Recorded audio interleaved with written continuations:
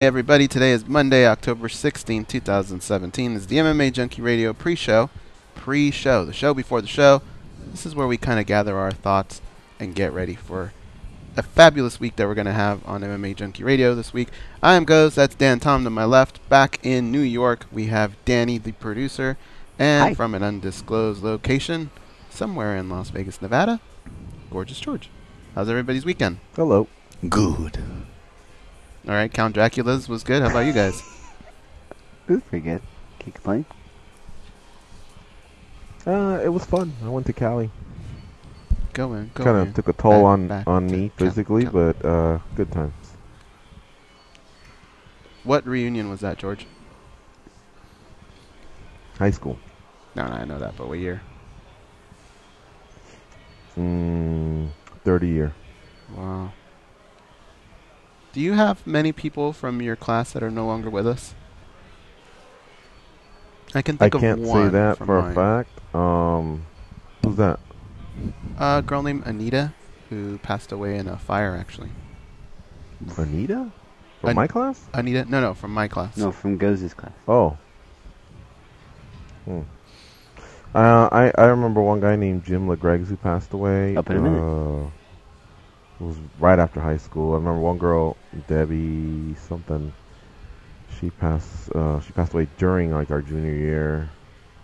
And then after that, I don't know that I've really heard of anybody passing away. I think our dad, he brought it up the other day, but I guess out of his class, there are like 100 left or something like that. Or Coming up 30.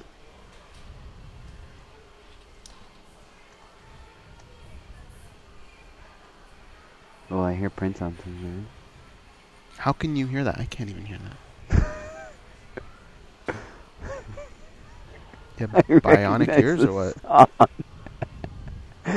Can you hear that, George? The song. Prince? I cannot hear him.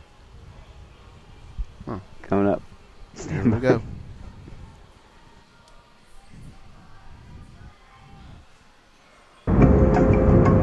This is your captain speaking. We are making our descent into Las Vegas McCarran Airport. On behalf of our crew, we'd like to thank you for flying MMA Junkie Airlines. Now please fasten your seatbelts and put your tray tables in your upright position because the descent is going to be a little bit bumpy. Alright, Junkie Nation, it's time to roll, baby, on MMA Junkie Radio with Gorgeous George and Goz. This is what we doing while we do it, baby. All night long, we rollin'! Yeah! The MMA Junkie Radio revolution is upon us. Can you dig it? There's no escape. No escape. Through the vast frontier of cyberspace and through a sea of stars in outer space. One small step for man, one giant leap for mankind. We've solidified our combat communication stranglehold. We are controlling transmission. With the use of MMA Junkie Radio and SiriusXM satellite radio technology. MMA Junkie Radio. Commence transmission.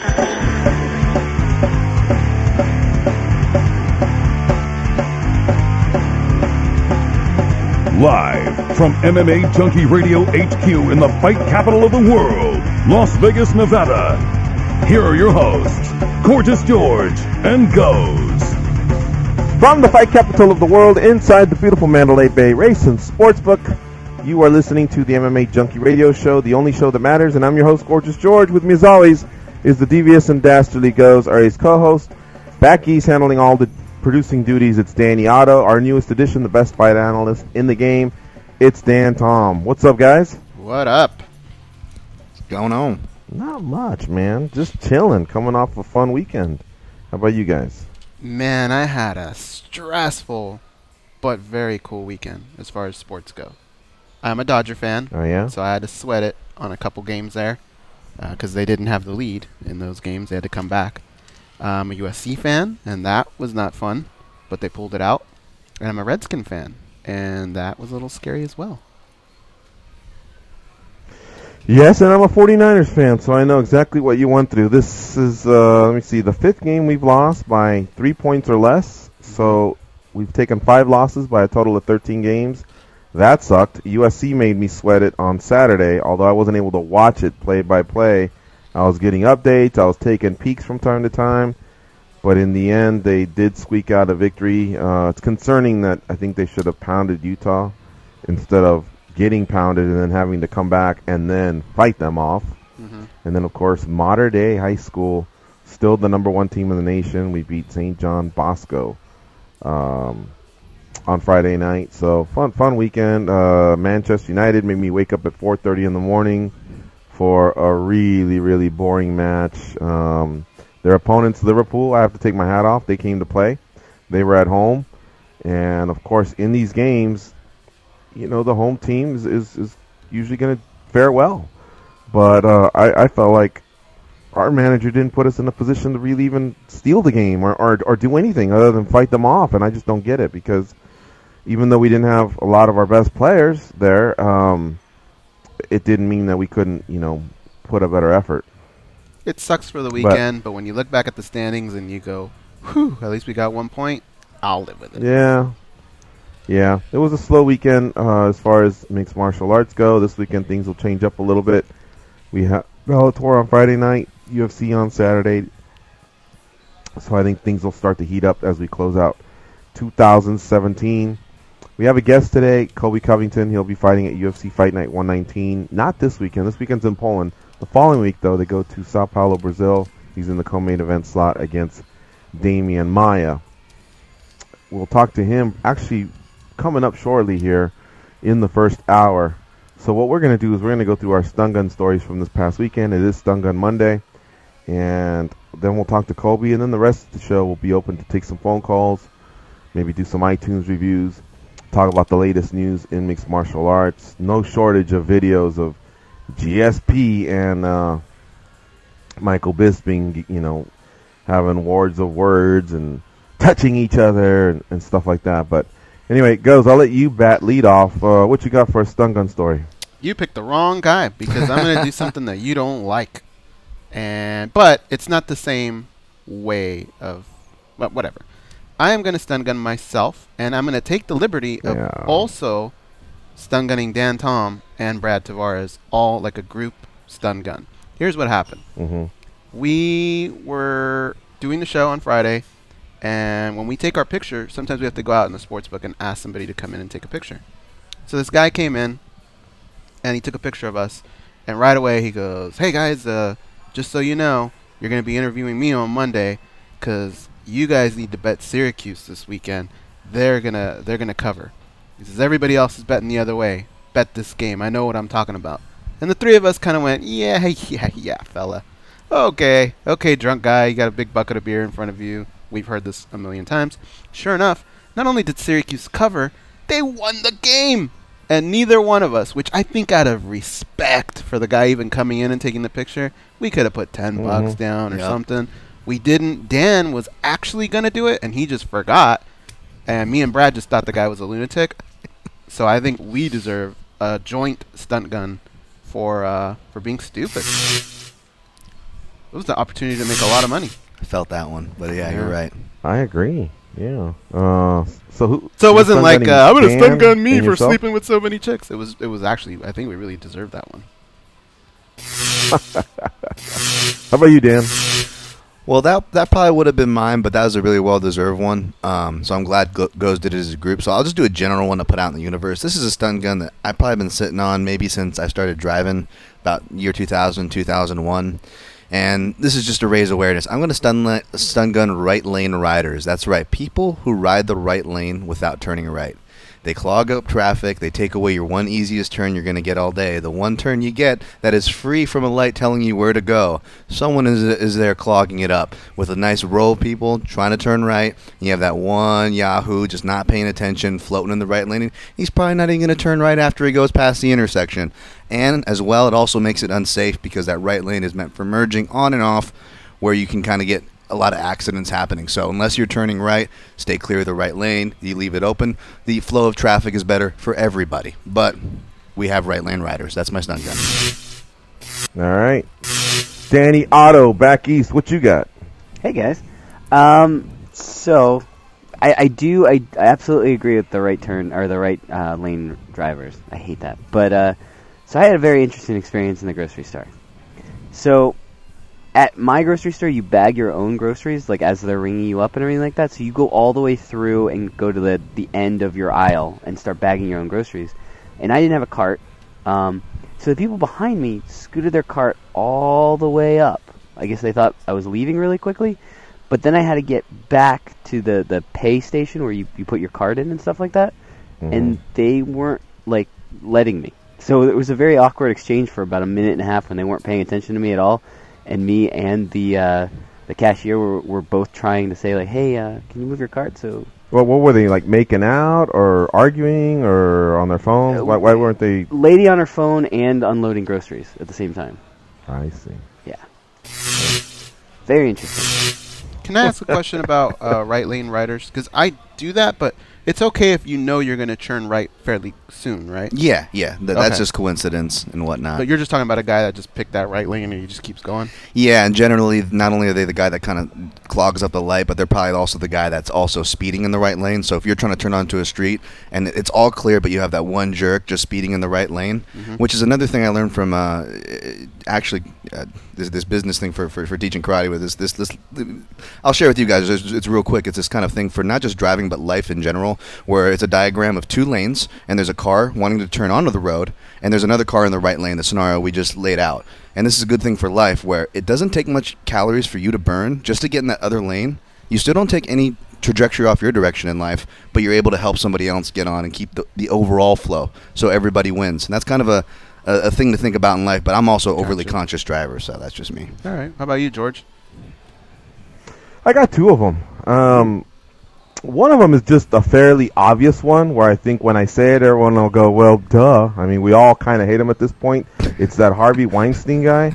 But I'm not going to take the angle of Harvey Weinstein for what he did. It's more like a two-parter. Yes, Harvey Weinstein for what he's allegedly done, we'll say, at this point. But more than anything, like, how did this fucking guy have the balls to think that he could get away with it for so long?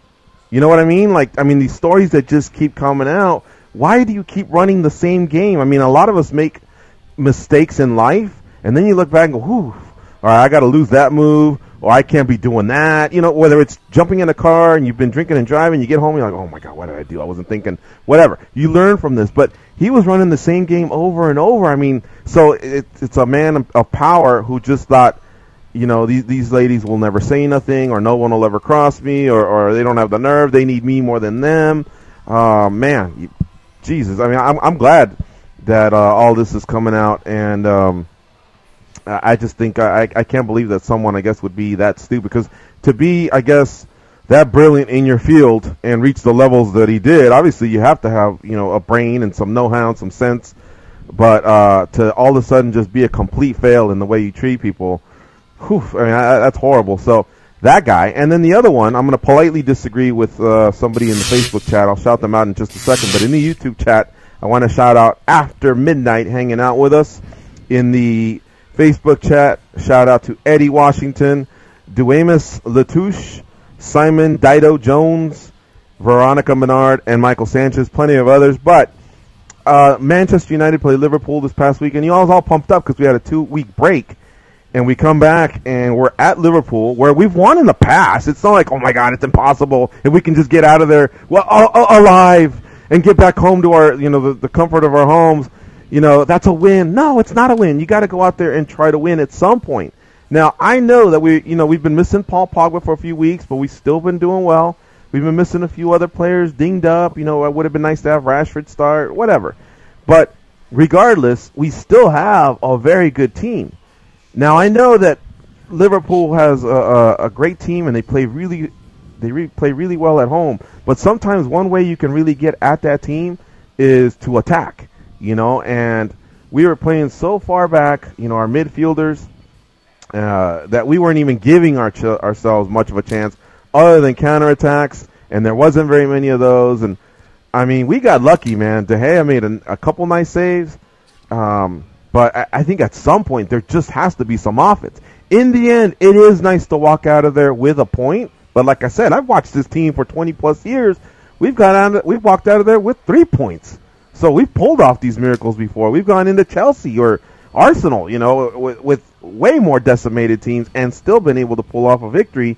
It was the lack of effort, and that really disappointed me. Plus, man, waking up 4:30 in the Pacific time zone, that sucks.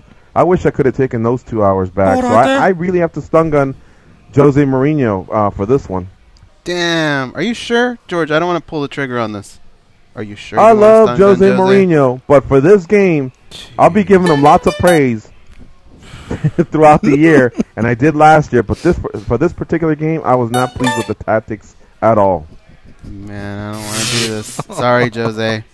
But, yeah, there you go. That one hurt. One more. I got one more. Do it. Little GG, George Gonzalez from Denver, Colorado. Passionate UFC fan, borderline nut hugger. Same goes for his Broncos. I dig it. He loves his squads. He backs them. He's a junkie. I'm a fan of his. He's a fan of our show. Comes out for the junkie gatherings. But yesterday, he handled a situation that could have been handled better. His Broncos lost to what at the time was the winless New York Giants, who don't have Brandon Marshall, Odell Beckham. I mean, they're hurting, right? They're barely making it, to Denver with a squad. They lost.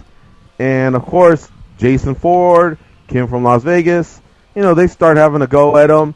And I'm telling you, in a situation like that, all you can do is say, you got us. We were dumb. Whatever. And you stop it. And then you just hope. You know what you do is you log off Facebook. You wake up on Monday and just start previewing towards the week. He wasn't having it. He was, of course saying, well, you guys are out of it too. Yeah, well, no shit. They knew that. They were 0-5. Now they're 1-5. They still know they're out of it. But the fact remains, you guys got your ass kicked by a team who's out of it. Like you just said, you just have to take your medicine, folks. Sometimes that's the easiest way to do it. You got to deflect. Time's on your side. It comes and goes. And you just start looking forward to the new week. And the thing is, if George Gonzalez, if I were to find out he's 8, then I'd go, oh, he's 8. He's a kid. He hasn't found that out. He's an adult, man. He's got a kid. He has to have known this before, and he doesn't. So, stun gun George Gonzalez, please. Little GG. Are you sure? All right, how are we looking for our...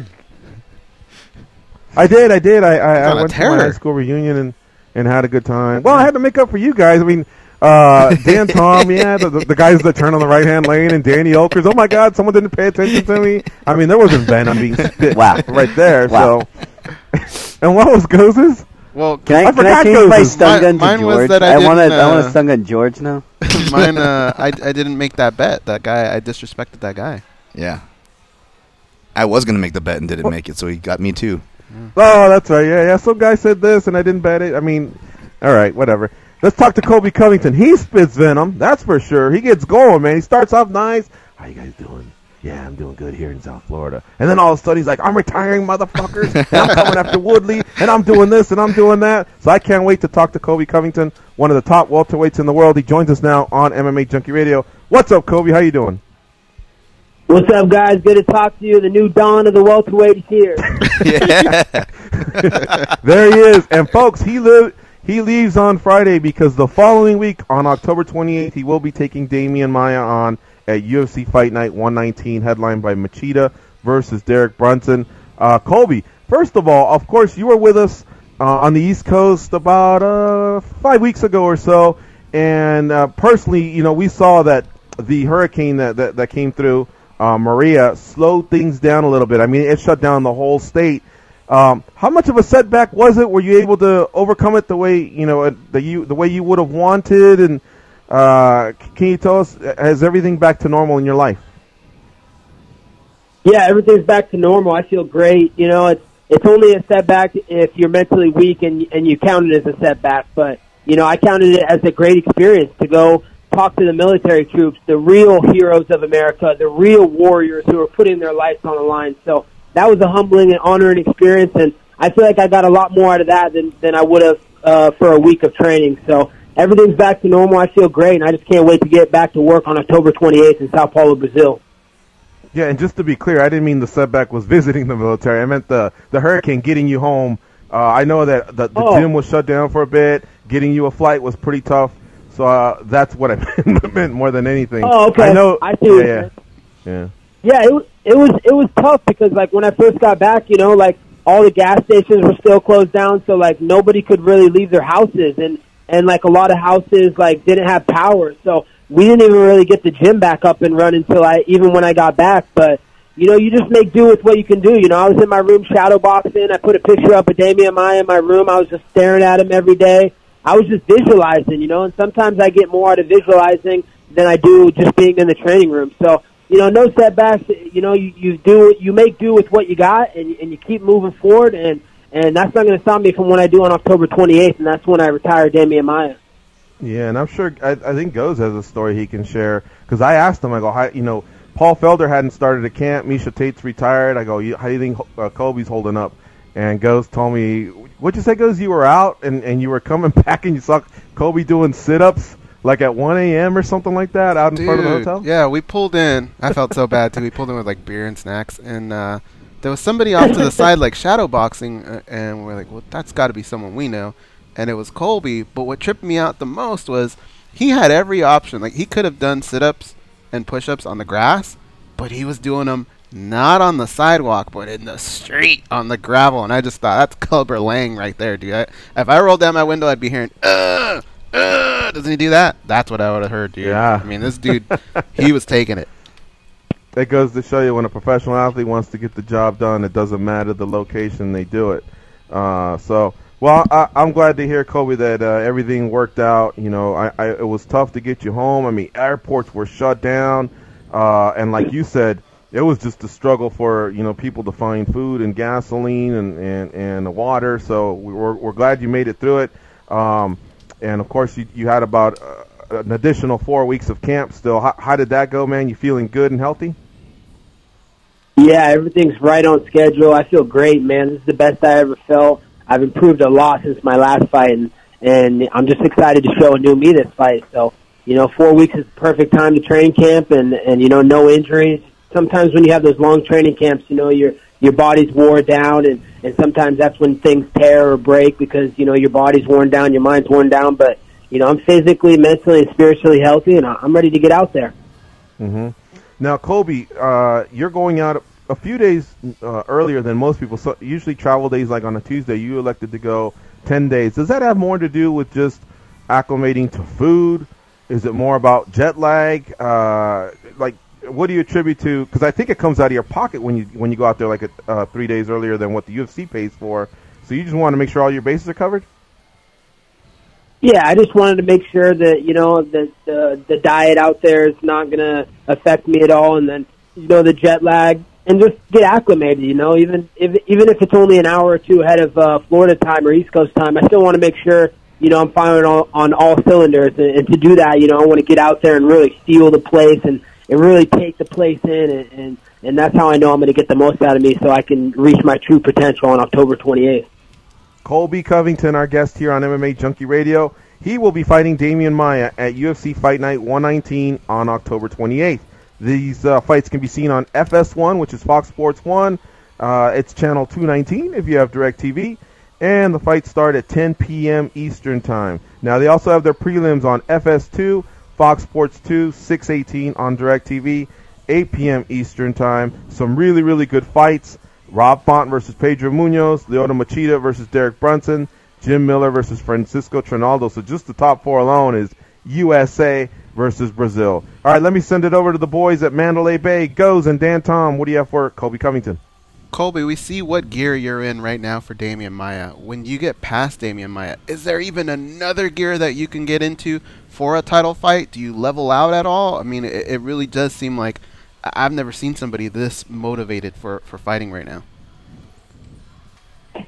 Yeah, I've never been this focused and motivated for a fight, and you know, I'm just getting started, man. I'm so young in this game. You know, I've never taken any damage in this game, so you know, you're just seeing the beginning of this. You know, I haven't even reached my true potential. So, you know, after I finish Damian Maia, and it will be known as the Nightmare in Sao Paulo, then Tyron Woodley's next, and 5-round fights are going to favor me. So, you know, I've only hit gear 1. Wait till I hit gear 2 and 3 against Tyron Woodley. Man, you're about to see a new Colby Chaos Covington.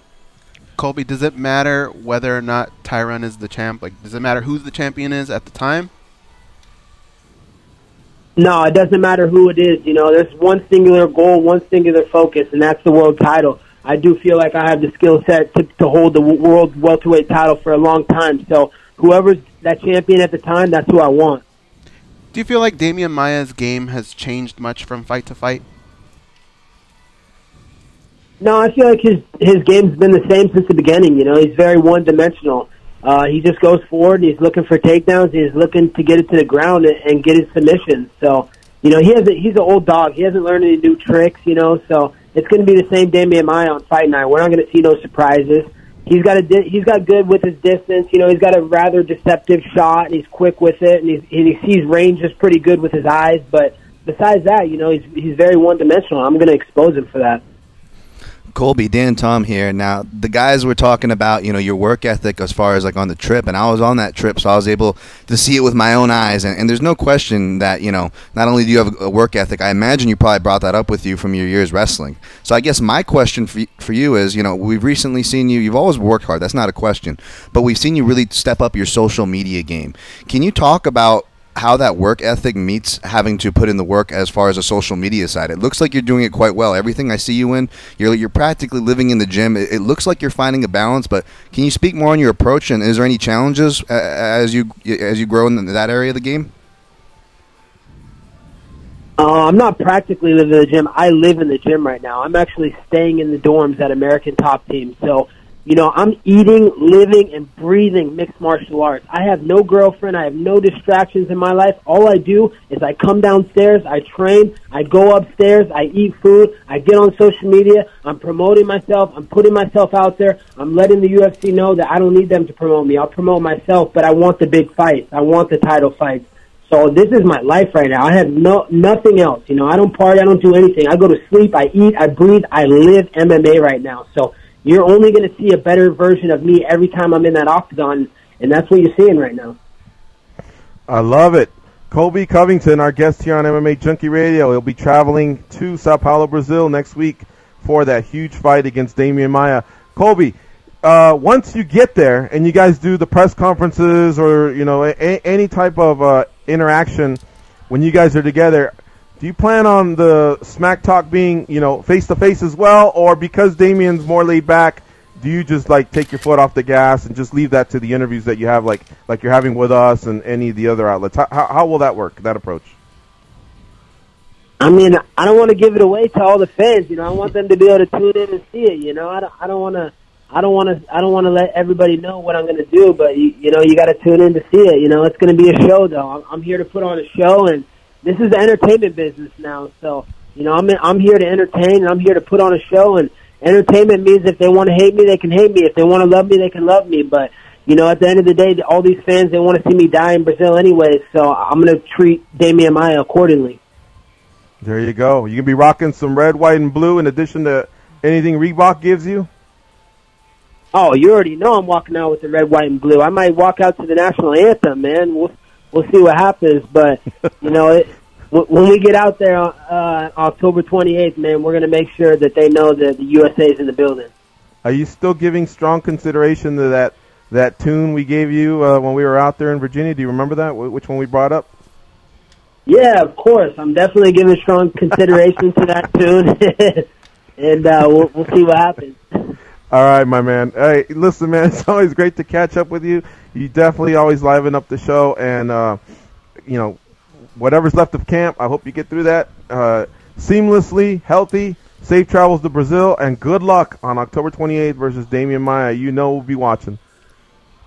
Thanks a lot, guys. Much love goes George and Dan. I appreciate all the support and having me on the show. I'll talk to you guys soon. All right, see you, Colby. Take care. Easy, Colby. There you have it, folks. Colby Covington. Guys, he's like the chillest dude as well, isn't he? Like, you know, just hanging out. And then once he gets going, man, I'm telling you, he comes out of his shell. I don't even know if it's a shell, but I'm telling you, when we were out in Langley, Virginia, he was always chill. I mean, so gracious, very classy with everybody, with the troops. But if he gave him the mic and he got going, I'm telling you, he just sat back and And he was firing up a lot of the troops when he kind of had his own little scrums. You know, as we were watching the fight, chants were going down, push-up contests were going down. We really, really had a good time with Colby Covington. I honestly can't focus right now. I'm so fired. He got me so fired up for that fight that I wish it was tomorrow. Yeah. I'm just totally. Remember when Paul Felder was in the push-up contest and how he was trying to motivate him? Like, that was awesome, man. Yeah, exactly.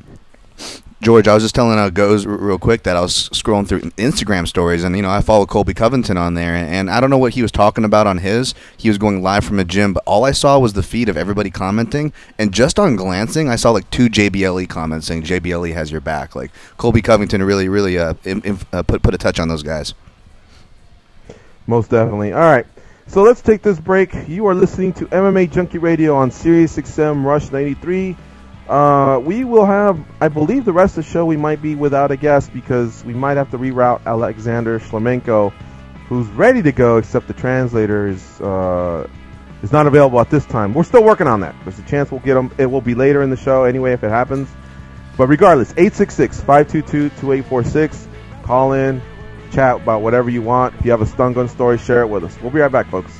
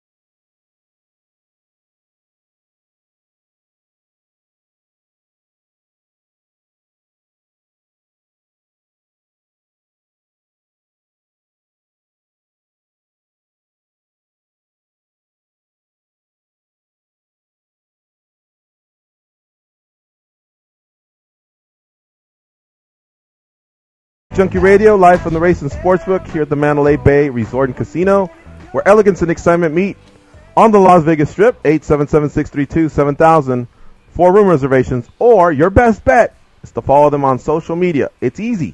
Facebook, Twitter, Instagram.com/Mandalay Bay. Let them know the @MMA Junkie Radio guys sent you. All right, folks, the phone lines, 866-522-2846. We can chat about whatever you like. It doesn't matter.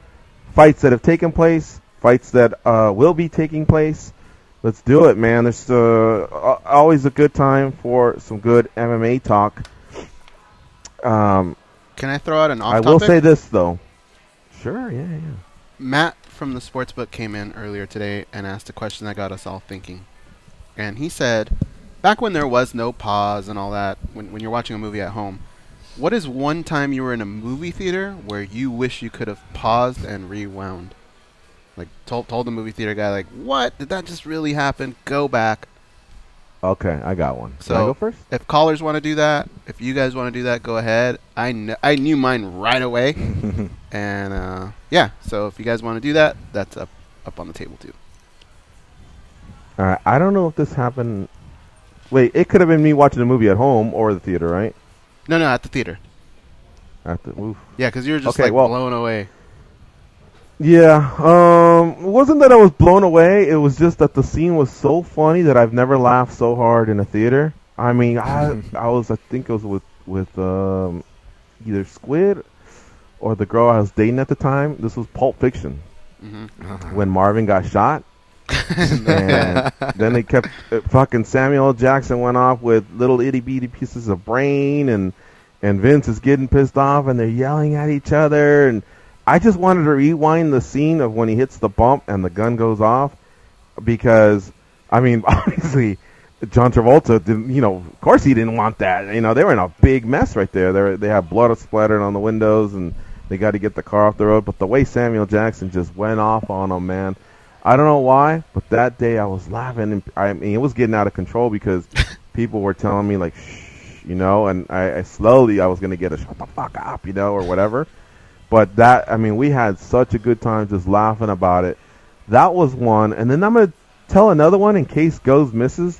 But I think I was watching a movie with Goes and he was tripping a little bit. But I'll defer, and then if it comes back to me, I'll run it. Oh, you're not going to tell it right now?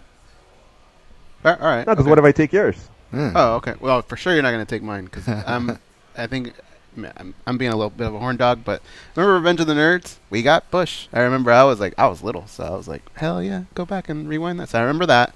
And then my other one would probably be, since I thought that was the route you guys were going, now I feel like a pervert. I'm going to go the other route. Something that just kind of shocked me was Raiders of the Lost Ark, when those guys' faces were melted and all that. I was totally shocked by and would want to see that again. Go ahead.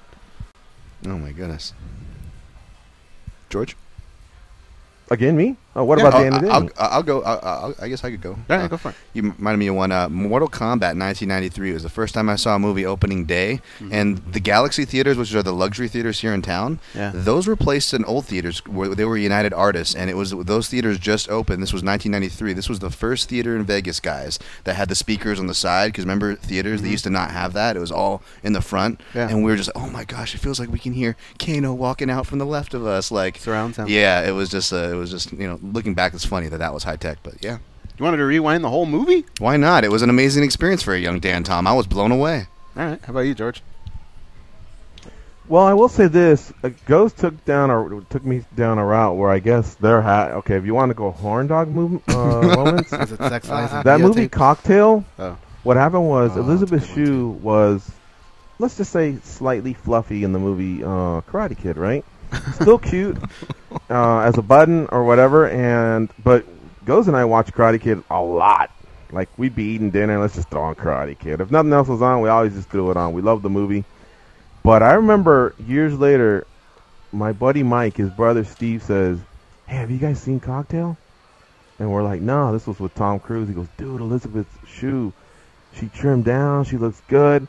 But he teased us that you could see your tits in the movie. Mm-hmm. And what happens is that's not the case. She does take off her top, but all you can see is an angle. And I remember we fucking darted to the movies. Running red lights just to catch. I think we were like, wait a minute, it starts in 15 minutes. And we darted. We went there and we saw, we were like, oh man. I mean, technically he was right because you could see some side boob. But I remember thinking, oh man, if there's ever a blooper reel, or if we ever get the real version, maybe there's an what do they call it, NC-17, and they had to lock that one, or whatever. Yeah, man, just because she was one of the girls you kind of crushed on, I guess from my generation. How about you, Danny Okers?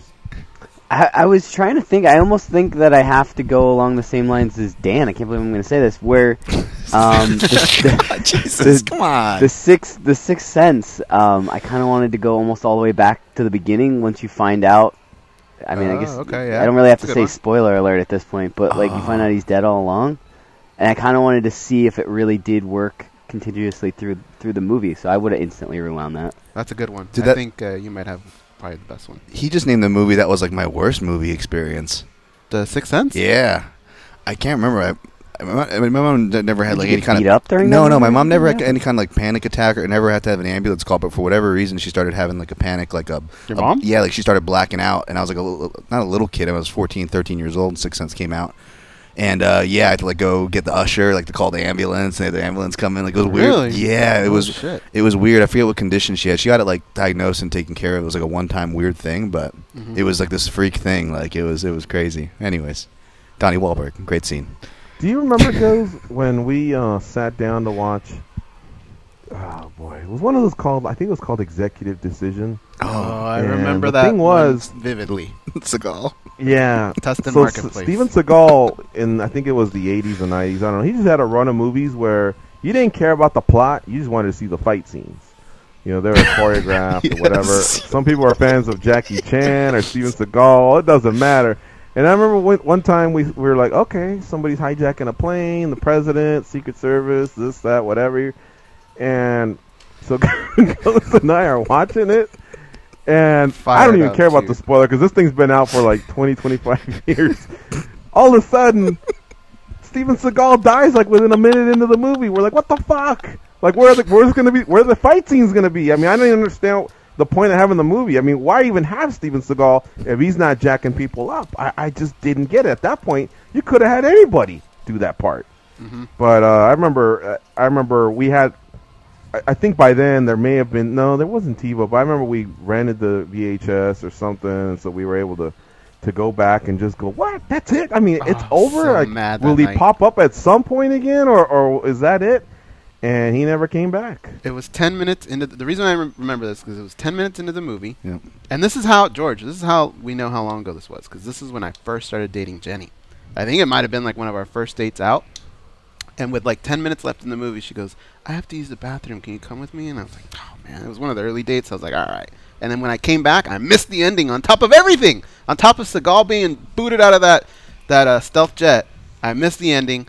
And we couldn't stop laughing. I think we laughed. That was one of those where they had to shush us because I think we just kept laughing because we couldn't believe that our hero got booted out like that. And then remember, if anybody ever wants to go back and watch that movie and you want to laugh, the worst leader ever in like a group of 6 soldiers, like the movie Predator, that type of thing, the worst one is John Leguizamo. He makes about 5 or 6 pitches in that movie like, all right, here's what we're going to do. We're going to go in first, and he gets shot down like 6 or 7 times, dude. Or somebody goes, well, we can't do that. We don't have any guns. Like, I mean, it was like constantly. He was the worst leader on the planet, dude. Go back and watch that movie. He got overruled a lot. He got overruled so many times, dude. It's funny. That movie came out in 1996, and it immediately made me think of another movie where a star got iced in the beginning. That was not as popular, but another 1996 movie, Mission Impossible. Remember Emilio Estevez in the opening, Coach Bombay. The whole spoiler alert. The whole team kind of gets it in the opening mission, but it was like one of those things like what? He was in the preview. They lose the team. Yeah, but yeah. All right. Let's talk to Marco in Waco, Texas. He's on hold. What's up, Marco? How you doing? Marco from Waco Road, que pasa, Atos? And Dan gets included now. He's our official battle. How you doing, brother? Doing fantastic. Quick stone gun to the people on Terminex. They were supposed to be here this morning, and they pushed me to this afternoon. Oh, man. Not going away. For starters, did they tell you we'll be there between 8 and 12, 8 a.m. and 12? Or did they give you a 4-hour window or 2-hour window? Yeah, no shit. They get a 4-hour window crap, and I had to call them and fish them out. And they're going to be here probably in a couple of hours now. But, oh, well, what are you going to do? Fucking ass is still freaking around in my freaking kitchen. Buy a can of Raid, dog. That's it. No, I already did that. Still. Right, when it comes to movies like that, man, remember when Charlie Sheen gets killed on freaking John Guns? That surprised me, too. Oh, yeah. That's a good one, too. That's right, yeah. Yeah, like, hey, wait a second, no. That's the guy from Charlie Platoon. Sheen. Yeah, I know. And the brother of the main character, too, in real life. MMA, dude. What is it with Bellator and they bring these high-profile people and they don't give titles files immediately? I mean, they did it for Lawrence Larkin and Benson Henderson, but they didn't do it for Rory and now Gegard.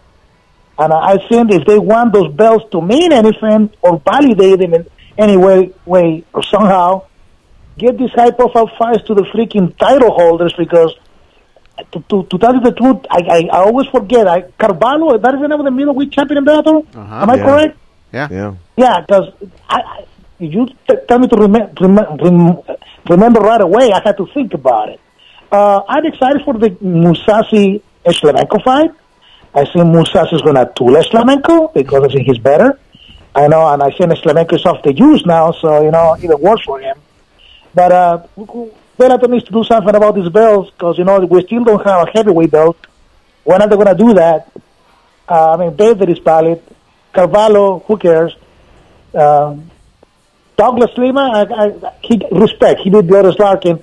And then, if Chandler or Henderson is not the champion, nobody remembers the kid of the big Chandler, with that weird leg break from Chandler. I don't remember the name of the lightweight from Bellator. Do something about it. Peace out, guys.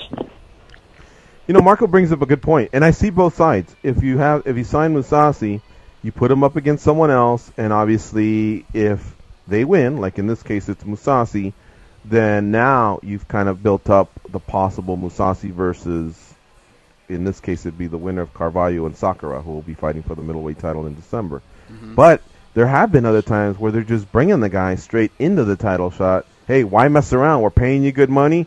We'll make you a star as you wear the belt rather than the road to the belt. So that would be a great question for Scott Coker. When do you decide when that's appropriate? Yeah. To either have somebody be showcased and then you put them in a title fight versus straight to a title fight. The other thing I was thinking about that he brought up as well is when it comes to Gegard Mousasi, is he better off with the move he made going to Bellator? Because if he would have stuck around, he might have actually been able to catch that division in a good time, right? Where he could be possibly fighting for a title. What do you guys think? Yeah, I was going to say you nailed it with the word timing because in Marco's kind of answered his question as well. I think it all comes down to timing with Musasi's situation and theirs. Like Bellator feels like it's more of a made-to-order cook as opposed to maybe, the UFC maybe being more of a line chef. You kind of can know what to expect. They have a more regimented schedule, whereas it's kind of the time you come in. It's going to kind of depend on how far you go because maybe there's just not the same depth right now. Even though Bellator is kicking butt and growing, still not the same depth. That's just my 2 cents. Shout out, by the way, to Miguel Valdez Jr. He's doing our job for us. He's in the Facebook chat. Somebody asked, would you like to see Tim Elliott versus DJ again? It is merited in my thoughts. And Miguel shuts him down right away. He says, Elliott just lost to Ben Wynn. He's got a ways to go before he gets another shot at DJ. So true. Mm-hmm. Big fan of Tim Elliott. I thought he did great on that season that featured the flyweights. I thought he had a good showing for himself versus DJ. But, yeah, since then he's lost. And that's obviously not the path to a rematch. No. Right now I think the winner of Cejudo versus Pettis will get the next shot, and then after that, we'll see whoever else is starting to work their way up the pipeline. John Moraga, we talked to him earlier. He'd love to get another crack. Benavidez will be healthy soon. He'd love to get that third crack. So things will be a lot more interesting in 2018. Plus, let's not forget the winner of Dillashaw Garbrandt. If those guys play their cards, they may elect to go down. Remember, usually the fighters are going up in weight, to challenge themselves. But both of them have said, we can do it. In fact, I think Dillashaw started at camp to do it. Garbrandt, he wants to chase history, so if he can get past Dillashaw, he may want to do it as well, man, because that's kind of where you are going to start to cash some bigger checks, is when you start doing legendary moves like that, going after second titles. If you guys I'll tell you what, we got to take. Oh, go ahead. Excuse me? Well, I was going to say, if you wanted to see that matchup, whether it was Garbrandt or Dillashaw, would you rather see it at 135 or 125? Because I would rather see it at 135. I would rather see it. See, I appreciate that. Basically, you know what it boils down to, guys? I think Dillashaw and Garbrandt beat DJ to the punch, because the talk was that DJ would move up and do it, but then, of course, it became a $2 million fight. That's when Dillashaw was champ. They used to talk about it. Now Garbrandt has said, I'd like to go down and fight. And so I believe he just has next when it comes to that. You know, he called his shot once Demetrius Johnson got away from that. So I think the UFC, you know, they may consider, you know, that. And at the same time, this either adds to DJ's title defense, you know, history-making streak, or it ends it. Who knows? So I think that's the way the UFC would go now. Yeah. All right, folks, we're going to take our second break of this first hour. You're listening to MMA Junkie Radio on Sirius XM Rush 93. Phone lines are open, 866-522-2846. Stay close. I'll be a rock.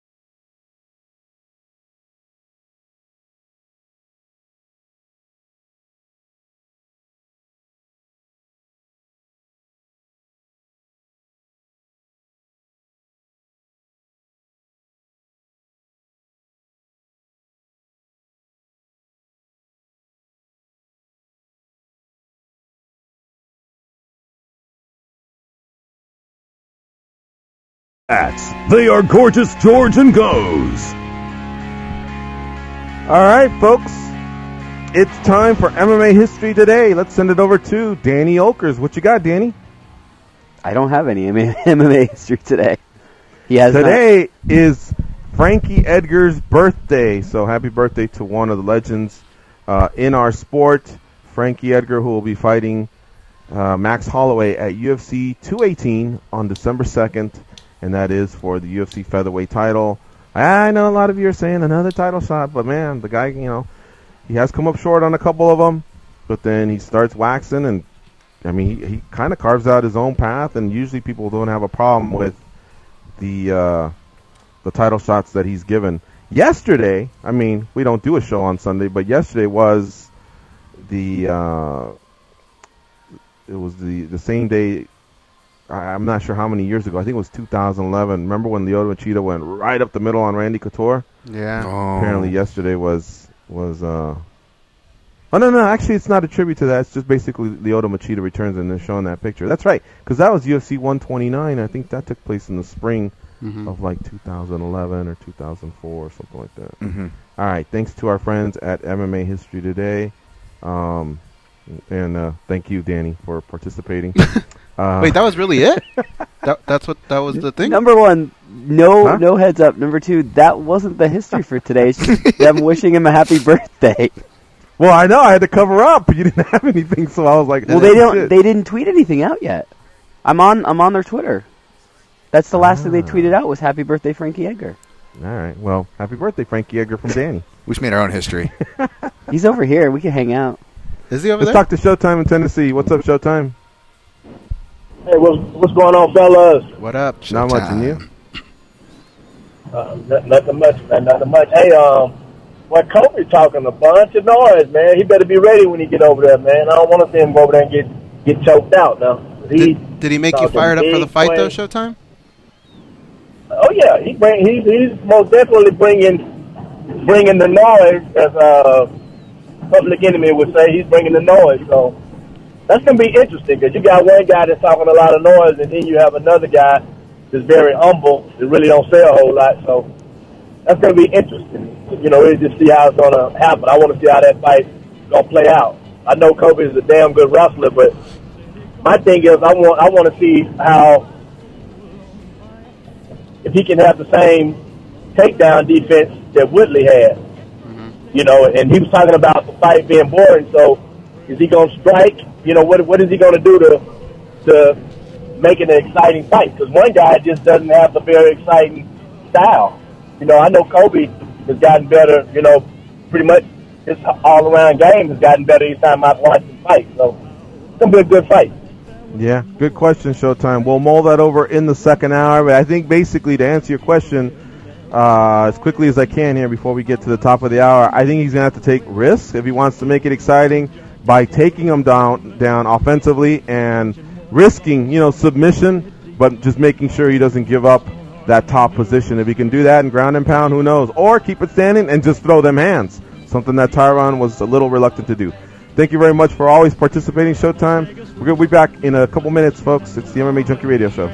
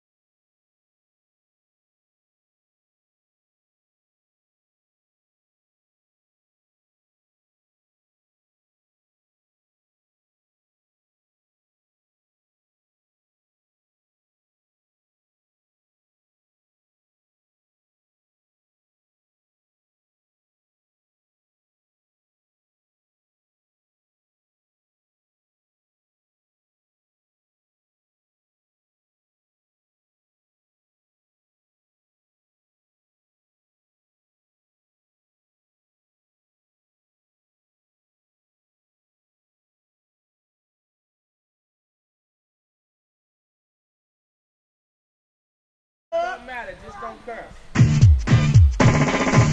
Yo, fellas, y'all ready to do this? Yeah, Yo, what's up, guys? What's up, What's going on? Boys, I'm in effect, yeah, and it's about time. Yo, let's rip this up. Boys the man. Boys the man. Boys the man. No time for late back again. Doing a little East Coast swing. Boys the wind going on. Not too hard, not too soft. It's long overdue, but now I'm feeling slamming. Boys to men, ABC, BBD. The East Coast family never skip the beat. Nah, while cooling on South Street, jet black bands, plenty of friends, And all the Philly steaks you can eat. Back in school, we used to dream about this every day. Could it really happen? Or do dreams just fade away? Yeah. Then we started singing the days and it sounds smooth. Then we started a group and here we are, taking it just for you. No time for late back again. Doing a little East Coast swing. Boys the men going on. Not too hard, not too soft. All right, here we go. It's the second hour of the MMA Junkie Radio Show. I know we have a caller on hold, but I want to do a second round of stun guns because Junkie Nation makes it easy, man. We got James Ortega, who chimes in a lot on the YouTube chat. Of course, when we brought up Frankie Edgar, his birthday, he's talking about Frankie Edgar doesn't deserve another shot. And, of course, he adds a little bit of spice. He says, fuck him, and send him back to New Jersey. All right, so let's just play that scenario. Hey, fuck you, Frankie Edgar. Go back to Jersey, because James Ortega said so. Let's say we go through all that. Okay. Then we look at the UFC 218 card and go, oh, shit, well, now what do we do? Who do we put up Max Holloway against? Since we sent Frankie Edgar on a first-class ticket back to Jersey, who do we put him up against? Of course, I said that about 5 minutes ago, and James is yet to give me an opponent. That's because that fool is scrambling on Wikipedia or Sherdog or Tapology and checking to see who would make sense. And he's obviously seeing that really there's no one else that makes sense other than if you wanted to throw back Aldo and say, well, out of respect, he was a champion for a long time. He got his title back, blah, blah, blah. But he's lost 2 out of his last 3. And to borrow a term Dan used earlier, he got iced. He got iced in the Conor fight. He came back and had a great win against Frankie Edgar. But then when he had a chance to face Max Holloway, it just was not his night. So really, do you want him right back in there? I mean, he would kind of fall into the Frankie Edgar mold of, well, why him getting another title shot? It just doesn't work that way. Had it been epic with Holloway, shit, the UFC probably would have done it on their own, but I don't think the fans are really clamoring for it. Then if you go down the list of other fighters out there, you know, either Frankie Edgar is taking them out or those other fighters just aren't there yet. So I'm waiting, James Ortega. If you got something, bring it. And here's another one. Jason Ford, part of Junkie Nation, listener, said, hey, if anyone in Junkie Nation is around, I got some tickets. Kim from Las Vegas says, holler at your girl, or I'm always around. You know, kind of like her feelings were hurt that she wasn't asked. Mm-hmm. He had some tickets to, I think, the Mike Tyson show. Yeah. And so then Jason says, well, I got 2 for tonight. You want them? She goes, no, I'm getting ready to go to bed. And I'm thinking, pues, pa' que abres el hocico, pendeja? You know, like, what you open your mouth for? You know, like, okay, I guess down the road we'll keep you in mind. But at that moment, it made it sound like she was ready to go. You know, like, yeah, holler at me and I'll grab those 2 tickets. So I thought that interaction was funny. Like I say, Junkie Nation makes it easy for me some days. I could have stun guns for days. No, both those people definitely deserve those. More so Kim. That just made no sense.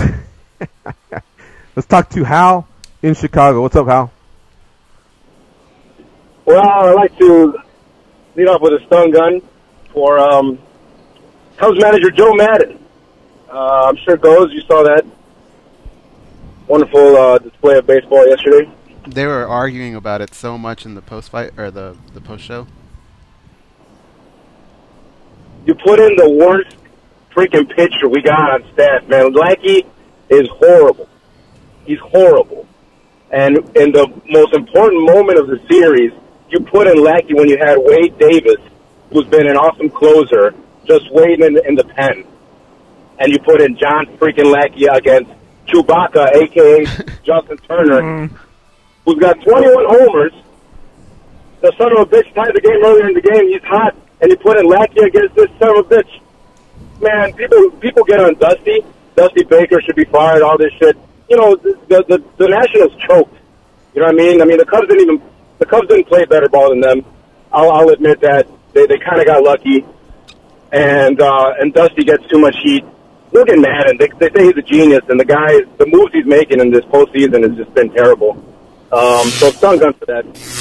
And Lackey had gone the day before, and Brian Turner, like you said, I think I saw a stat that said he's 12 for 17 in the postseason. So even prior to this year, he's just been clutch, man. You know. Not just that, like predominantly whenever you have a group of people, anyone named Lackey is usually the low-hanging fruit. So you just kind of avoid it.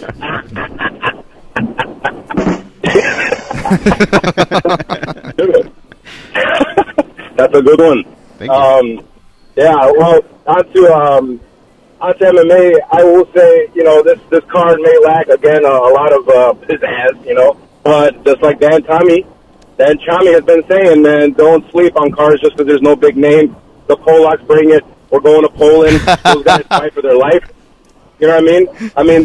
These guys fight like twice a year. I mean, I kind of feel bad for these overseas guys because they're in the contract and they can't fight outside the UFC, but they're just praying for maybe 1 or 2 fights a year, that's kind of rough, you know what I mean? So you want to talk about guys fighting for their life, man. I mean, just tune in Saturday, you know? There's going to be some great scraps. No, you're going to get a lot of MMA coming up here. Pretty much up until the new year, it's going to be nonstop, so I'm really excited for that. And you're right. It's those cards, man, that sneak up on you, and then when you hear about it from your friends, you should have seen it, you're going to feel like a dork. There's 3 great pay-per-views. There's the one on Fox in Winnipeg. It's nonstop, dude. You know, that's got a solid lineup, and then we got our fair share of fight nights. Some Bellator. You know, Ryzen will throw something together for their end of the year. You know, they usually have some staggered tournaments or whatever. So yeah, I'm digging it, man. It's been a great year for combat sports, and we still have another 3 months to go, 2.5 months to go. So yeah, it ain't over till it's over, Gozy. So don't be celebrating just yet. I haven't said anything yet. I haven't been talking too much smack. I went to a bar that was all Chicago people, though, and I said, "What's up to all that, that madness?" Because I'm gonna have to take you there. Can I say something about that? Sure. You posted a video. You were like, "Hey, pray for me. I'm in a Cubs bar." But when you did it, it was real quiet in the back. I didn't see that many Cubs fans. Like, I thought you were going to show the camera, and there was going to be 10 behemoths behind you, like, at least faking it, kind of like with knives. They're on the verge of stabbing you or whatever. But it was actually really pleasant. I thought you were, like, at Red Robin or something. Yeah, because I didn't want to, like, really show it, because then I think somebody might say, "Put that phone down, you fucking dork." Or, you know, like, I didn't want to. Well, that makes the video great. Oh, yeah, but, I mean, I don't want to die either, guys. I thought it was enough walking into a Cubs bar, the only Dodger fan. I thought that was enough. I don't know. What do you want me to do, take a shit on the bar? But did you think they were really going to kill you? Hey, possibly. Look, have we never heard of anything like that? The cops will get me easily. It's right happened. there, I'm on camera in front of all of his followers, killing them. What a great strategy that is. Perhaps I don't get killed, but I could get mauled. I mean, it's not like it would be the first time something like that's ever happened. Let me ask you, did you introduce yourself as Daggos? I should have, though. You know, the only death that's ever come from a Cub mob has been self-inflicted from too much alcohol. So I think you're okay. Those guys were hardcore, though. You'd like that bar. Hal, I gotta tell you said it's not over, but I think it is, man. Yeah. You gotta win 4 the next 5. That's tough, especially when 2 more are in L.A. And I'm an innocent bystander, so I'm not jinxing nothing. That's Goza's squad and Hal's squad, so I'm just an observer. And Juliet. That's true. All right, guys. All right, see you, Hal. Beat it. Okay. Right. Hal. All right. Danny goes. Chime in if you'd like. But what do you think of what's going on with Bisping and GSP? You know, they've had press conferences. They've been on TV shows. They've been on radio tours. They're on Instagrams. I'm digging it. You know, I'll give Bisping this. He gets people fired up to watch his fights because you either root for him or you want him to get his ass kicked. He knows this. He knows the role. I think he's done a great job when he had his show on Sirius. Now he's got his podcast. He's always stirring the pot. I'll give him that. But the one thing I was tripping out on I saw a video yesterday. I was catching up a little bit, and he actually confronted George about George touching Bisping. And I'm thinking, everything I've seen, Bisping gets in his face, either puts forehead to forehead or takes a swipe at him or whatever, and all GSP does is kind of like push back, soft slap or jab or whatever. I couldn't believe Bisping had the nerve to get offended at GSP about that. You guys catch this? That was weird. Yeah. And I was talking to Dan about this early before the show started. I feel like this is a you can't miss type fight, but the UFC hasn't really done that much to get it out. Like, I want to see that commercial. I want to see that trailer. I want to see something going on. All we're getting are these little press conferences, which are really one-sided. Like, it's all Bisping trying to make this fight relevant, when I think GSP needs to realize he hasn't fought in 3 years. He needs to come out and start saying something. I know it's very out of his element, but do something, man. Make us want to watch this fight. What do you think, Dan? I will say that I'm not a big fan of the trash talking stuff, but as far as trash talking lines go, I think we can say that the line of last year was, "Who the fuck is this guy?" Right? Mm-hmm. GSP or Bisping calling GSP a lizard is my favorite. Is my favorite diss of the year for what that's worth. I'll put that on the scoreboard. But as far as this promotion goes, it feels like to me that Michael Bisping, granted, he kind of is accustomed to playing that role, but it feels like he's really trying to bully GSP, because GSP's been vocal before, right? Mm-hmm. How he feels about bullies, and we've seen GSP, when he has a little bit of motivation, like Sarah had one over on him, or, BJ was talking crap, we saw GSP step up his performances in those fights. It can work one of two ways, and it's going to be interesting because now, Bisping is trying to bring out that GSP, but GSP hasn't been in the octagon for a while. Is that going to work for him in this favor, or is the bullying going to fluster him and take him out of his game? That's making it more interesting for me from that standpoint.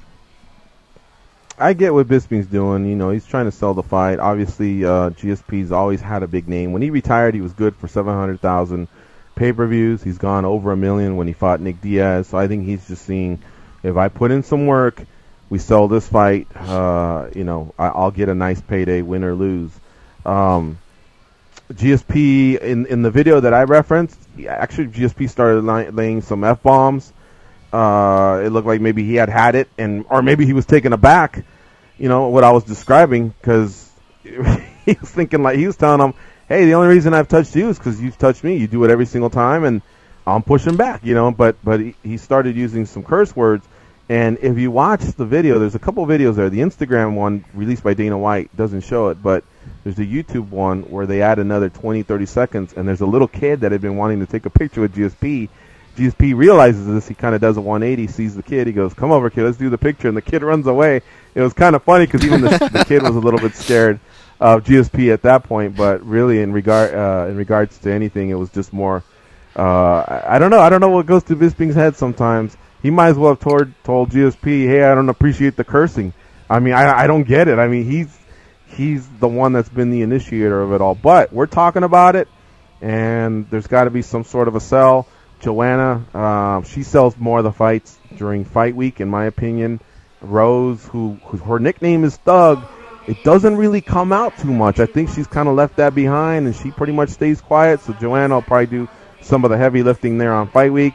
Cody and TJ, they've done their fair share of it, but I think I wouldn't say it's getting old. It's just now we just want to get to the fight with them because there's been such a build-up with them. But either way, it'll all come together. It'll be a big fight, but that's all it is, man. He's just doing his job so that he gets paid. What did you guys think? That fight comes up in about 2 weeks, too, so 2.5 weeks. So at least that's so crazy we're nearing it. That's so crazy to me, man. It needs to have more buzz than what it has right now. What do you guys think of Ian McCall? He's going to be fighting in Ryzen. Does that mean he got his $100,000, or do you think he caved a little bit? That's a good question. I got to imagine if it's a tournament, they could have got creative with that, right, guys? How they pay him? Maybe. Right. Yeah. But behind the scenes, like, I would imagine, what did we say? What was he going to get, George, for his next UFC fight? Like a 20-20 or something like that, right? He choked, and I thought it was mid-20s, so let's just call it 25-25. So he was looking for another 50. He even said, I don't care if it's 50 now and 50 if I win. He goes, I just want to take home $100,000. Mm-hmm.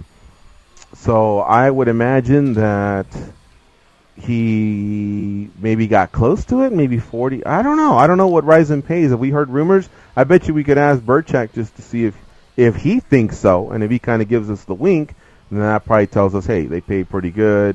because there's similar weight classes. Burchak fights at 35, Ian McCall at 25, but he's going in as a 35 at Ryzen, right? Yeah, and that's I guess what I'm getting at is I'm guessing that maybe if they hit the 75 mark or something like that, maybe he would have just done it. I think it was just more of a gripe of knowing that the UFC could probably do it and they're not doing it. I think that was his stance, Right. but I don't think he stood firm on 100 grand. Yeah. Noted grappler Gary Tonin has signed with One Championship.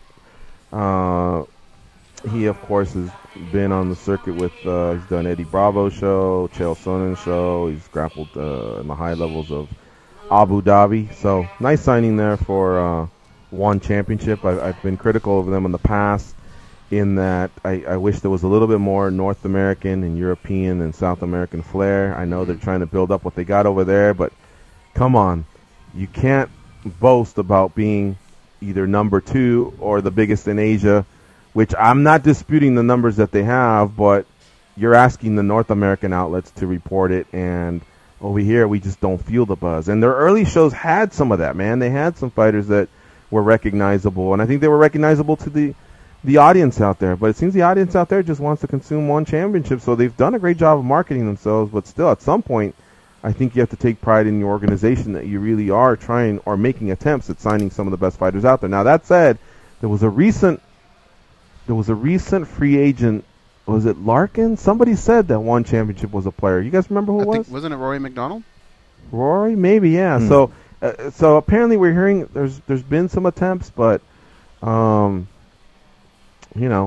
really haven't seen too much happen there. Yeah. Jermaine Durandamy has been cleared to return to training after a hand surgery, so at least now we know whether that was an excuse or not, or how, many people were chastising the young lady for that.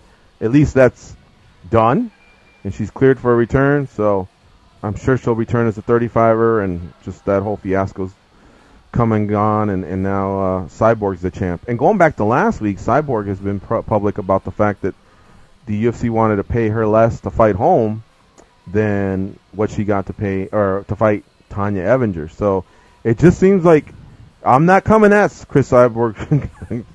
Hell no, I'm not doing that. But it does seem like there always does seem to be a gripe somewhere, and I don't know if that's the strategy that she decides to take or what. But I don't know. I think at some point, I think the UFC is going to push back. Yeah, didn't it seem like they had kind of gotten past that all, and we could just move on, and it just seems weird to pop up again like that. Right, exactly. I mean, I know these negotiations, sometimes they do need to be made public, but I think when one fighter is constantly public about everything, it starts to wear on you if you're a fan, and you just immediately take the other side, not even knowing who's on the right side. Liam McGeary broke his thumb, and so he's injured for a while. He posted up a little bit of a gnarly x-ray there. It's on the blue corner on MMA Junkie. A story there teasing McGregor versus George St. Pierre. What would it take to make that a reality? That'd be bizarre because if McGregor were to get past any opposition he has and then fight GSP at some point, obviously I think he would do it if GSP beat Bisping. I don't think he fights GSP coming off a loss to Bisping, right? Nah, that wouldn't work out. Yeah, so to become a reality, he needs to be Bisping, and Conor McGregor, I think, needs to fight either Diaz or Ferguson, and then at that point, he would be leapfrogging the next weight class, which is run by Tyron Woodley, and now Woodley is on the shelf for a few months because of a shoulder injury, but I think he'd get a little bit of resistance there. But, with Conor McGregor, you just don't know, man. He really can call his own shots. Juliana Pena is putting her career on hold. She announced her pregnancy over the weekend. So congratulations to her and her significant other. We hadn't seen her since earlier this year when she lost to Valentina Shevchenko. And I had been wondering, when's she coming back? Because it's only a loss, that's all. She's got a couple, but I believe that was her first loss. Right, guys? As a 35er once she was out of the reality show. So I was thinking that she could easily bounce back and get back in the picture. Now Shevchenko has had her shot and lost, so why not get in? And then we hear this announcement. Diego Lima really had a go at Jesse Taylor. Jesse Taylor, of course, accepted a 1-year suspension from USADA, but it's on the front page. If you scroll down a little bit, you can read Diego Lima's thoughts on all that. Cage Warriors had a card over the weekend. The results are posted on MMA Junkie. Lots of people clicking and sharing that. So Cage Warriors still getting a lot of love. Cage Warriors was featured for many years on MMA Junkie, so we've always had a good soft spot for him. A lot of the recaps from last week doing well. Evan Dunham, of course, a Conor McGregor fan. Tony Ferguson calling out Conor, and it looks like Conor may have called him back out. All he posted was Tony, but that seems like a strong hint that that's the direction Conor McGregor wants to go in. I'm sure you guys are feeling that, right? Well, you got to imagine, since they're represented by the same company, the same people, if you're going to make that tweet, there's probably a little bit more behind it than maybe anybody else doing it. True. Very true. Yeah, I didn't see the point in him doing it if he wasn't seriously considering it. Or maybe, again, that's one last call to Nate Diaz to stop fucking around and throwing out big numbers if they want to have that trilogy bout. But who knows, man? Who knows what this negotiating game is like? I know sometimes it needs to go public like that to put pressure on other athletes. But happens a lot in boxing. This one seems like a lockdown with what Dana White said, with all the support towards Tony versus Conor, and now Conor tweeting that. I would think that this one might be a go. Lastly, Antonio Bigfoot Silva got knocked out by Rico Verduven in Glory, and now he says he wants him on his turf. No, Bigfoot, man, you got to take time off, man. You got to take time off. You're not going to be a fighter forever, but you'll be a husband and a father for a long time, and a much longer time. Take some time off, please. Maybe consider retiring. I don't know, but these decisions, come on, taking on the best heavyweight kickboxer on the planet, and then you still want to run it back after that result? I don't know. I don't get that. And we've talked to Alex Davis, his manager, about this, and Alex says, look, I give him all the info. He makes the final decisions.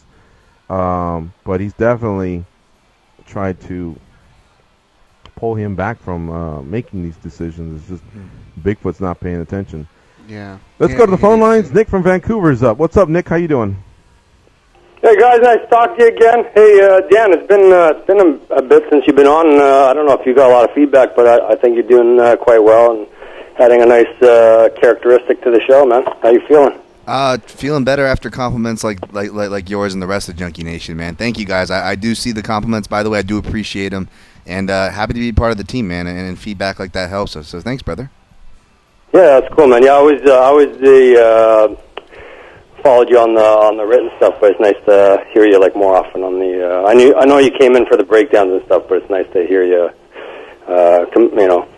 participating in the show every day. My man. Hey man, there's lots of fights between now and December, but one that's really, really exciting for me. Josh from Ontario brought this up on Twitter the other day, but man, I am so excited about Frankie and Max and Dan. That's going to be a hard one for you to break down, man. You got the ultimate fighter in the heart against a guy that's just a fucking machine, man. What are your early thoughts on that? I don't know if these guys have any early leans, but I will tell you this. I'm high on Max Holloway like everybody else is, but I really think that Frankie Edgar may be getting overlooked. He's only like a plus 75 dog in the neighborhood, depending on what books you're looking at.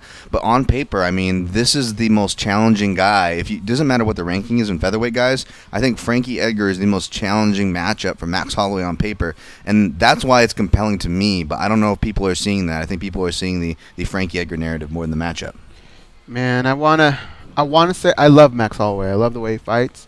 But I remember that first round with Jose, and I think that Frankie can do some of that stuff. I think and Frankie's the type of guy that he won't tire out. He doesn't really make too many mistakes. He's going to be a nightmare. I think Max has really got to step on the gas from round one all the way through rather than just kind of feel things out the way he's done in a couple fights. So early on, I'm leaning a little bit towards Frankie Edgar. Wow. Well, of the two, I mean, not that Edgar hasn't shown knockout power, he has, but of the two, just the the scary guy in terms of putting it on one on the other is Max Holloway, and I think Frankie Edgar, despite his excellent footwork and head movement and the effective combos that he throws, I think he needs to come in here wrestling first rather than striking, and usually he doesn't do that. But if he can, if we knew that information ahead of time that that's what was going to happen, I really think we'd have a great fight and maybe a possible new champion. But Edgar doesn't do that, and he takes his fair share of shots. A lot of guys, come at him pretty good. You saw Jose Aldo, very athletic. He had no problem stopping Frankie Edgar, and then after that, it was basically just a sparring session. But man, Max Holloway does have some very, very impressive power. He's got the youth, he's got the reach, and I just think he's getting better and better. So I'm thinking Max Holloway right now if they were to ask me to submit my pick. But Frankie Edgar does have avenues. I just don't think it's with the stand-up. It's gonna be fun, man. I just hope it stays. I just hope it stays intact. And the one guy, Max. Nobody was able to take him down, but if it's one guy that can take him down and probably keep him down and those vicious elbows. But Max is so good. And he's got youth on his side. But I don't know, man. It's always gonna be hard for me to pick against Frankie. Frankie's the guy. So hopefully he can pull this off and become one of those two-way champions and stuff like that. Guys, thanks for the line, and enjoy the rest of the show. See ya. Thanks. All right, see you, Nick from Vancouver. Thanks for calling in. We're going to take a break. You're listening to MMA Junkie Radio on Sirius XM Rush 93. I have one more stun gun as we exit. Please go Stun Gun Dawn in the chat room there. Still insisting that Tim Elliott should be next for DJ. Hopefully he does not become a promoter in his immediate future. We'll be right back, folks.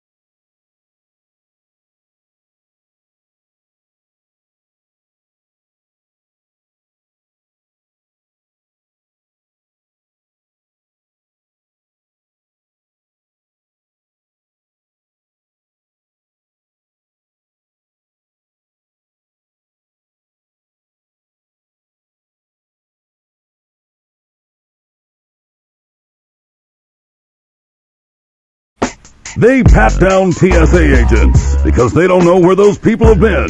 And because they can. They are Gorgeous George and Goes. And this is MMA Junkie Radio. You know, from time to time we do some overtime. Sirius XM audience, if you ever want to go back and catch that, you can check us out on Facebook.com/official MMA Junkie or YouTube.com/MMA Junkie Video. Now, also, if you missed any part of the show, you can check out the Sirius XM app. The MMA Junkie Radio show is featured there in HD quality, commercial free. So download the app, take advantage of it. Our show and a few others on our channel alone make that worth a quick download. Follow us on Twitter at MMA Junkie George, at Dan Tom MMA, at Danny Otto, and at The Goes. And I believe across the board, Instagram's the same. Danny, is that true? Yeah. Okay. Yeah. Cool. All right, folks. Just a couple other bits of news here. Dana White made it official that the winner of Robbie Lawler and Rafael Dos Anjos will get the next shot at Tyron Woodley. Rafael Dos Anjos has been trying to make a case for making that an interim title. Tyron Woodley shutting it down, talking about his frequency of fighting in the last year or so. I think he had about, if I'm not mistaken, 4 fights in 1 year. Mm-hmm. So can't argue that, dude. I think he had a good case there. I don't blame RDA for trying. Who wouldn't want to fight for a belt? You get a little bit of extra cheddar from Reebok, and you lock in you pretty much lock in, although you never know with the UFC, but you lock in the unification bout that comes next. So can't blame him there. He's a former champion in the lightweight division. I'm sure he loves that feeling of being a world champion in the UFC and probably misses it, and that's why he's definitely pushing it. Mackenzie Dern made a debut at 125 pounds at LFA, and she, of course, won by submission. So congratulations to her. Jose Aldo versus Ricardo Lamas. I think we talked about this last week. They co-headline UFC on Fox 26. Mike Perry versus Santiago Ponzinibbio. Jordan Mean will be fighting, making a return, the Canadian there, who hasn't fought in a while. Or he did come back and fight, but he hasn't been as frequent as a fighter as back in the day with Strikeforce. He'll be taking on Eric Silva. Also, Glover Teixeira versus Misha Serkinov on that fight card as well. And your headline bout is the RDA versus Robbie Lawler. 866-522-2846 is the number to call in if you'd like to discuss any of these fights that are coming up, or talk about any of the fights that have also taken place this past weekend. We caught up with Tito Ortiz, who says he's comfortably retired now. So any of that talk about Chuck Liddell coming back, it doesn't sound like it would be against Tito Ortiz. And that's unfortunate because you'd think Tito may want. See, Tito wasn't he teasing that if he had to, he would do it with Chael again? You know, it's always that undersized guy that Tito seems to go after. But when his nemesis came up, he was comfortably retired. So who knows? Who knows with that one? Zach Makovsky, good friend of the show, dropped his fight against Yanni Sherbatov at ACB 72 this past weekend. So that's unfortunate. That probably will hurt his chances of staying within the USA Today Sports MMA Junkie flyweight rankings, not just as a ranked fighter, but maybe as a honorable mention. So he definitely needs to start winning fights, or that's I don't know. Maybe the career is taking a downward turn. Well, he did say Mark that Godbeer he was kind of close, Walt right? Harris. Oh, sorry. Excuse me. Yeah, he did. He did say that, goes. So who knows? Mark Godbeer. So that fight went to a decision, and he felt like over the course of the fight he got the better of him. But you know, it's not what you think; it's what the judges think. Godbeer and Walt Harris, they were going to fight at UFC 216. Remember, Walt Harris moved up to fight Fabricio Verdun when Derek Lewis took himself out of the fight on fight day. And it looks like the UFC gave Harris and Godbeer, the fight booking right back at UFC 217, which is next month in New York.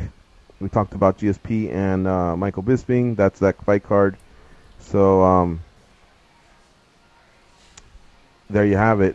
Hendricks and Borrachinha, Hendricks, a guest of ours last week, they round out the main card.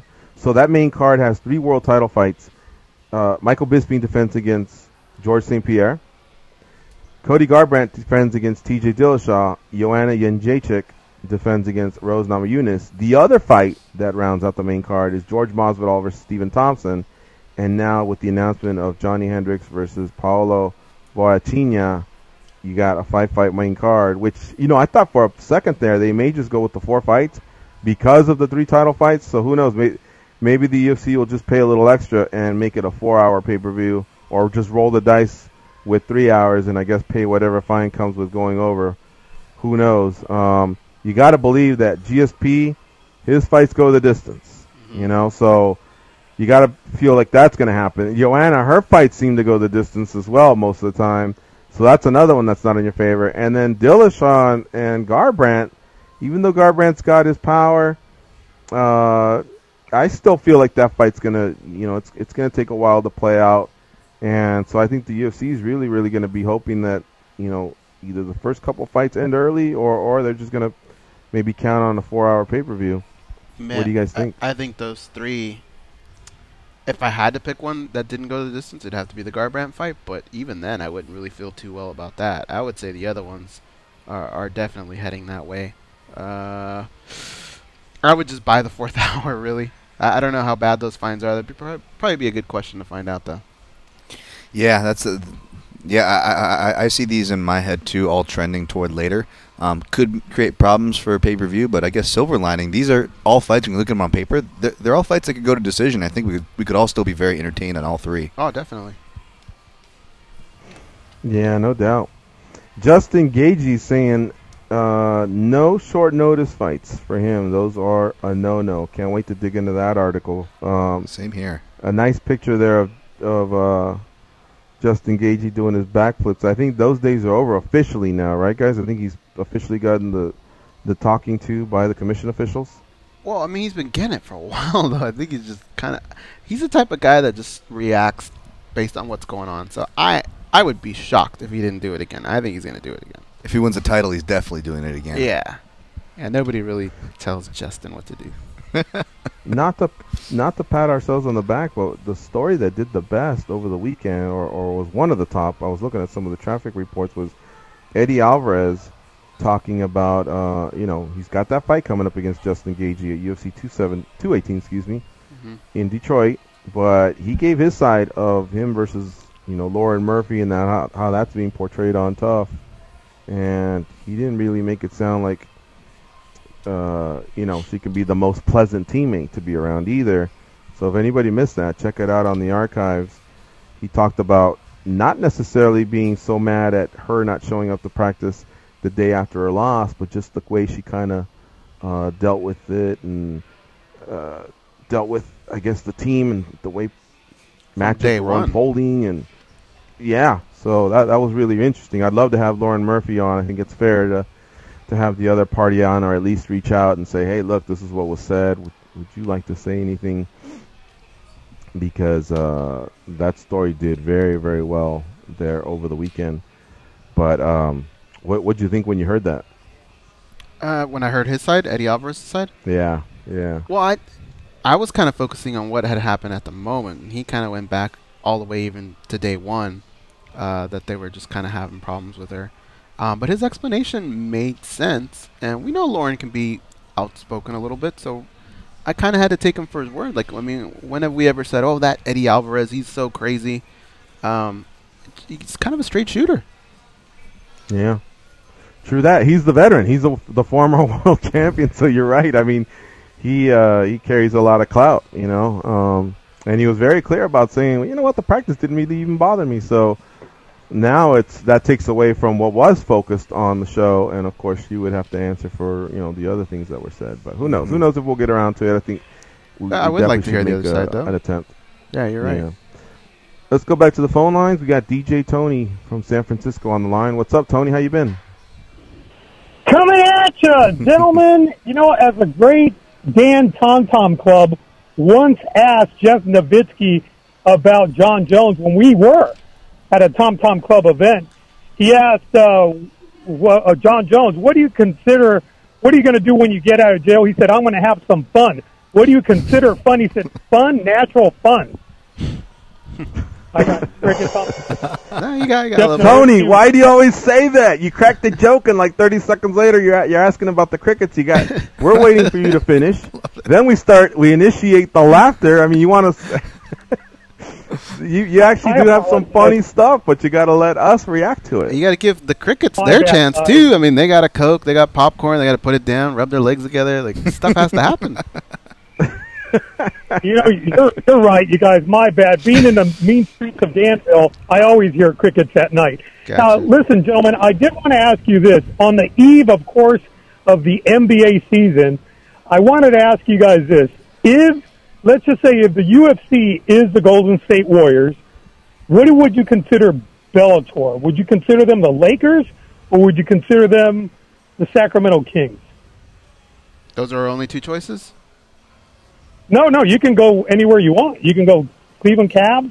Well, yeah, I would say the Cavaliers are Bellator then at that they're point. The number Warriors 2. are the UFC. Right.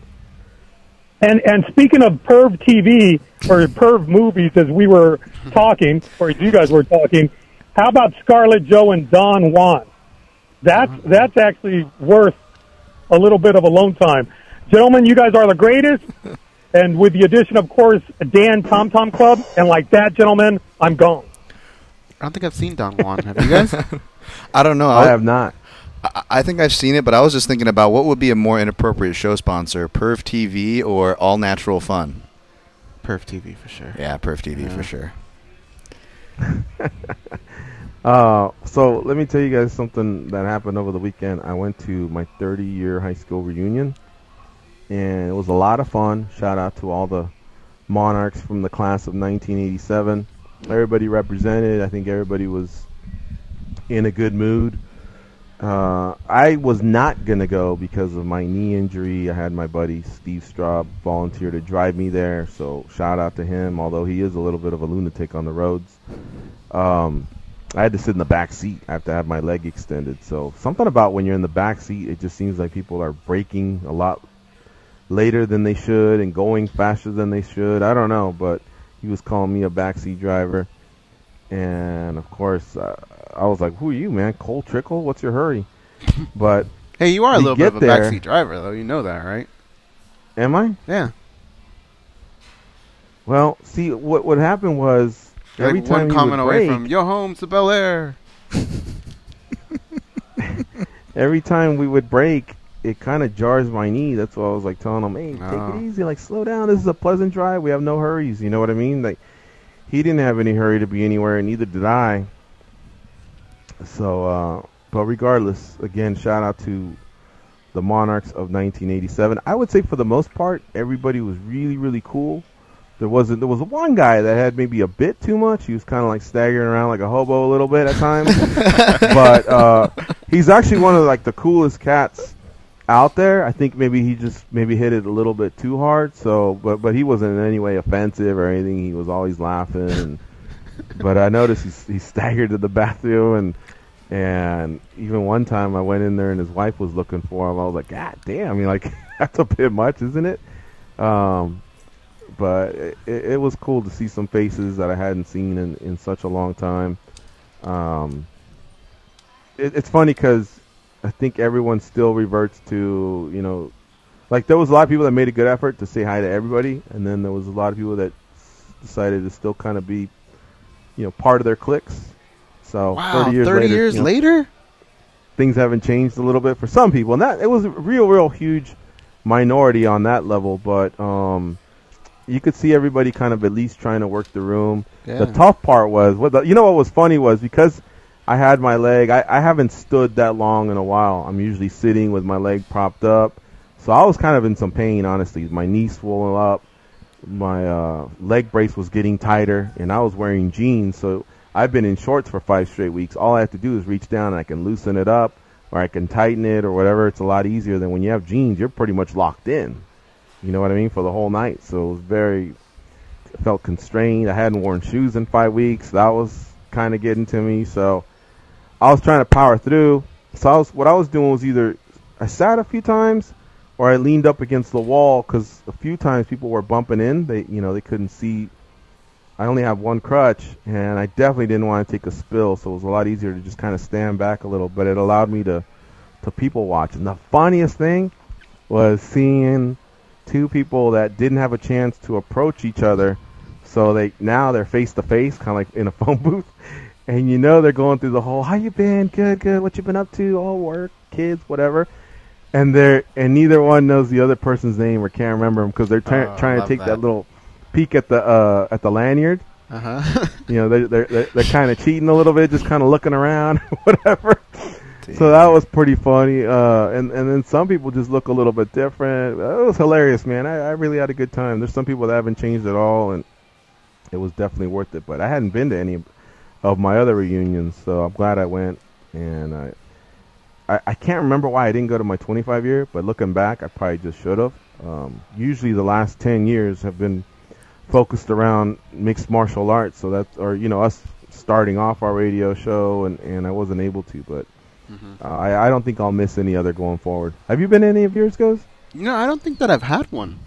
Oh no, every school has them.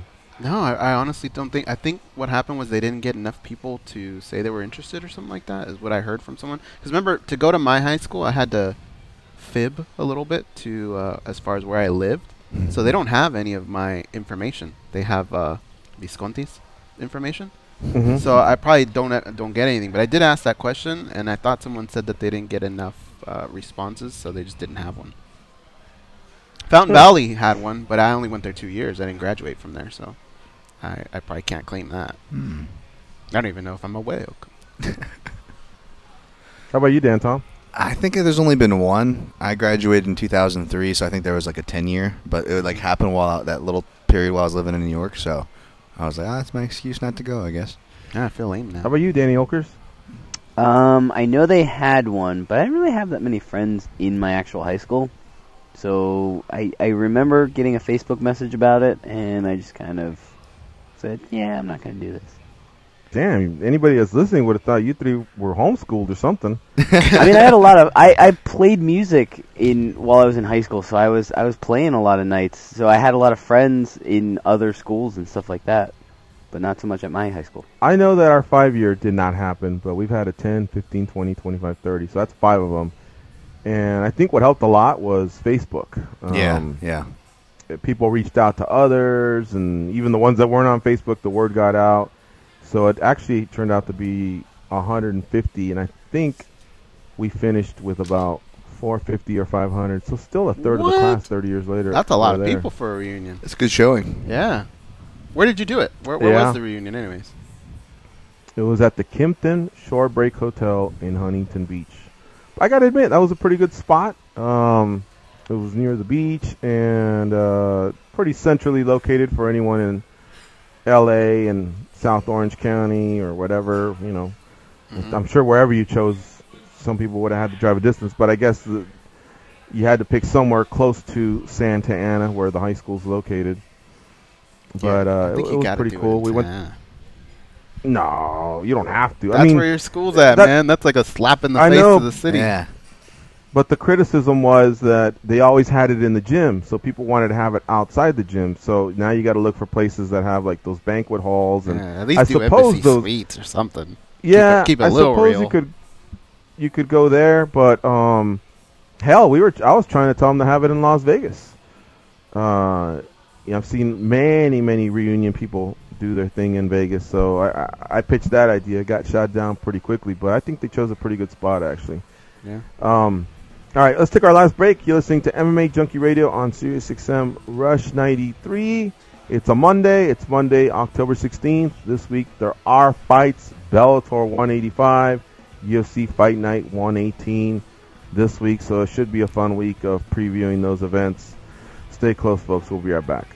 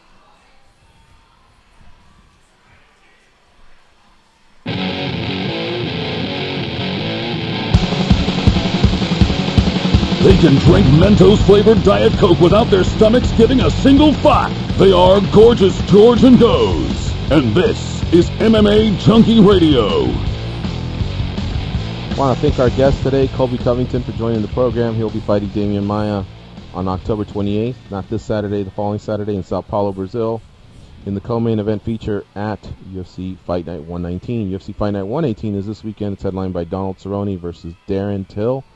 Those fights are in Poland, the following week in Brazil, the week after that in New York. The New York card, of course, is the pay-per-view UFC 217. Guys, any final thoughts on today's show? Any of the news we discussed, the Colby Covington interview before we head on out? Can I comment on something stupid?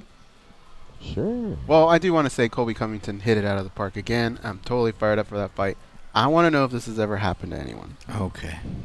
Have you ever farted while you're sitting down, but the bubble get trapped between your ass and the seat? Yes. Yeah. Okay. That happened to me for the first time. Yes. Yeah. I thought I had shit my pants and I was sitting on a log. And I was freaking out. And I didn't realize that, like, once you finally move a little bit, the bubble just comes out. And but it never happened to me. I'm 39 years old. Does this happen to people? Yeah, I call it the backdraft. Yeah. The backdraft? Like the movie Backdraft. Because sometimes it'll feel like I had one that felt like it feels the compartment of your shorts with maybe a little bit of warm air there, but you move and it just comes flying out the nearest possible air thing. Scary. Yeah, dude. It's scary. It's called the backdraft. Okay, I like that. The backdraft. Yeah, I got it's definitely happened to me. I co-sign on that one. It's never happened to me. It scared me so bad. All right, we are out of here, folks. If you missed any part of the show, again, it's all available, audio and video, on Facebook.com/official MMA Junkie, YouTube.com/MMA Junkie Video, SiriusXM audience. If you missed any of it, there are replays. The following day at 8 a.m. Pacific time, Eastern time, 5 a.m. Pacific, and of course, we're available on the SiriusXM app. For those of you in the podcast world, we're also available on iTunes. Subscribe, leave us a review if you don't mind. Helps the algorithm, helps our placing within iTunes. So we're basically available everywhere. How fantastic is that? Pretty good. We're out of here, folks. We'll see you tomorrow with another edition of MMA Junkie Radio. For Dan, Danny Goes, and George, have yourselves a nice day. We'll see you then. Be champions.